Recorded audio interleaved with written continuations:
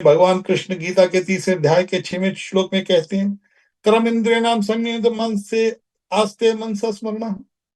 जो व्यक्ति इंद्रियों को तो कंट्रोल कर रहा है मगर मन में उसका स्मरण कर रहा है, इंद्रिया विमूढ़ आत्मा, ऐसा जो विमूढ़ आत्मा मूर्ख व्यक्ति है, मिथ्याचार सुचते, आप इसी मिथ्याचारी के पास फंस जाओगे। कभी आपने शिक्षा को पकड़ लिया, किसी सिद्ध महात्मा की शिक्षा को पकड़ लिया। मैंने कई बार आपको पिछली बार भी बोला था, ब्रज के संत हैं, OBL कपूर जी की पुस्तकें हैं। प्रभुपाद जी के एक गुरु भाई थे, भक्ति सरस्वती ठाकुर महाराज जी के। तो आप जब भी वृंदावन जाओ तो वहां पर जो है अठखंबा है, वहां पर बिहारी जी के मंदिर के पास ही, वहां पर आपको OBL कपूर की पुस्तकें मिल जाएंगी। उसके अंदर जो हमारे ब्रज के संत, ब्रज के भक्त जो पुस्तक है, ये 3 पुस्तकें हैं उनकी, OBL कपूर की। उससे जब आप उनके साथ संपर्क करोगे तो आपको आभास होगा, जब आप देखोगे कि किस किस तरह हमारे साधुओं ने, हमारे जो जो जो गौड़िया संप्रदाय में और दूसरे भी साधुओं ने कैसे कैसे तपस्याएं की है, जब आप उन्हीं के चरण कमलों पे चलते हैं तो आपको भगवान का आभास होना शुरू हो जाता है। जैसे लेंस क्लियर है तो आपको क्लियर दिखाई देगा, लेंस गंदा है तो आपको दिखाई नहीं देगा। तो गुरु परंपरा से जो जुड़ना है, जैसे एक चेन होती है। अब चेन है, आपने कभी देखा होगा गाड़ी के डिब्बे हैं, गाड़ी के डिब्बा, एक डिब्बे के साथ ऐसे एक चेन लग जाती है, एक डिब्बे के साथ ऐसे चेन लगती है। वो तभी खींची जाएगी चेन जब भी चेन उतनी ही मोटी होगी। कभी कोई भी चेन पतली होगी तो डब्बा वो डब्बे से वो टूट जाएगा, डब्बा, उसका कनेक्शन नहीं हो सकता।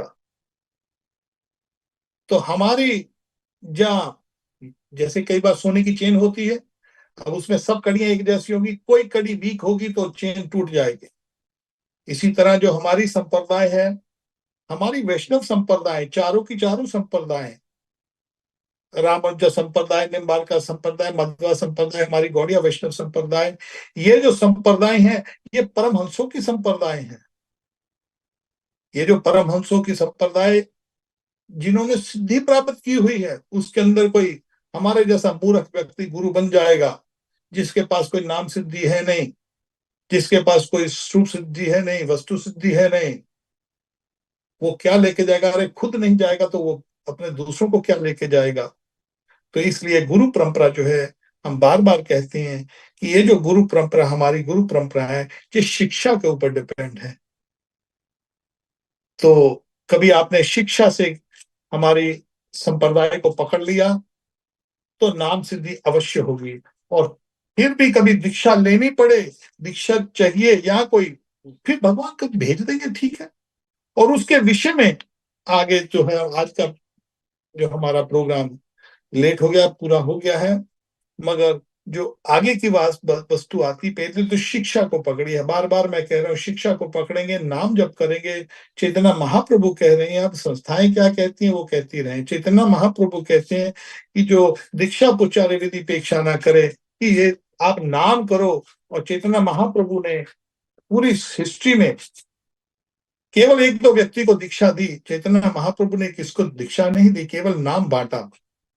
और किसी ने प्रभुपाद जी को पूछा इस बात को कि चैतन्य महाप्रभु ने किसी को दीक्षा नहीं दी थी, वो तो केवल नाम ही बांट रहे थे, नाम करो नाम करो नाम करो। तो चैतन्य महाप्रभु कहते हैं, जो व्यक्ति चैतन्य महाप्रभु की शिक्षाओं को मान रहा है, इसका मतलब चैतन्य महाप्रभु ही उसके गुरु हैं। संप्रदाय के जितने भी संप्रदाय में वहां प्रसिद्ध महात्मा है, वो सारे गुरु हैं उनके। तो हमको जो आश्रय लेना है चैतन्य महाप्रभु का, चैतन्य महागौड़िया संप्रदाय में हमारे जो जितने भी सिद्ध महात्मा हैं, कोई भी हमारे नित्यानंद परिवार से हैं, हमारे अद्वैता परिवार से, नरोत्तम परिवार से हैं, जैसे हमारे जो बाबा हैं वो नरोत्तम परिवार से हैं। और हम जो है भक्तिविनोद ठाकुर जी के अंतर्गत आते हैं। भक्तिविनोद ठाकुर जी के अंतर्गत भक्ति सांत सरस्वती, और उनके अंतर्गत हमारे स्वामी प्रभुपाद। तो ये जो गुरु है, ये संस्थाओं के साथ सिलेक्ट इलेक्ट रबर स्टैंप नहीं बनाया जाता कि संस्था बोल दे ये गुरु बन गया तो गुरु ऐसे नहीं बनते। गुरु बनते हैं भजन के कारण।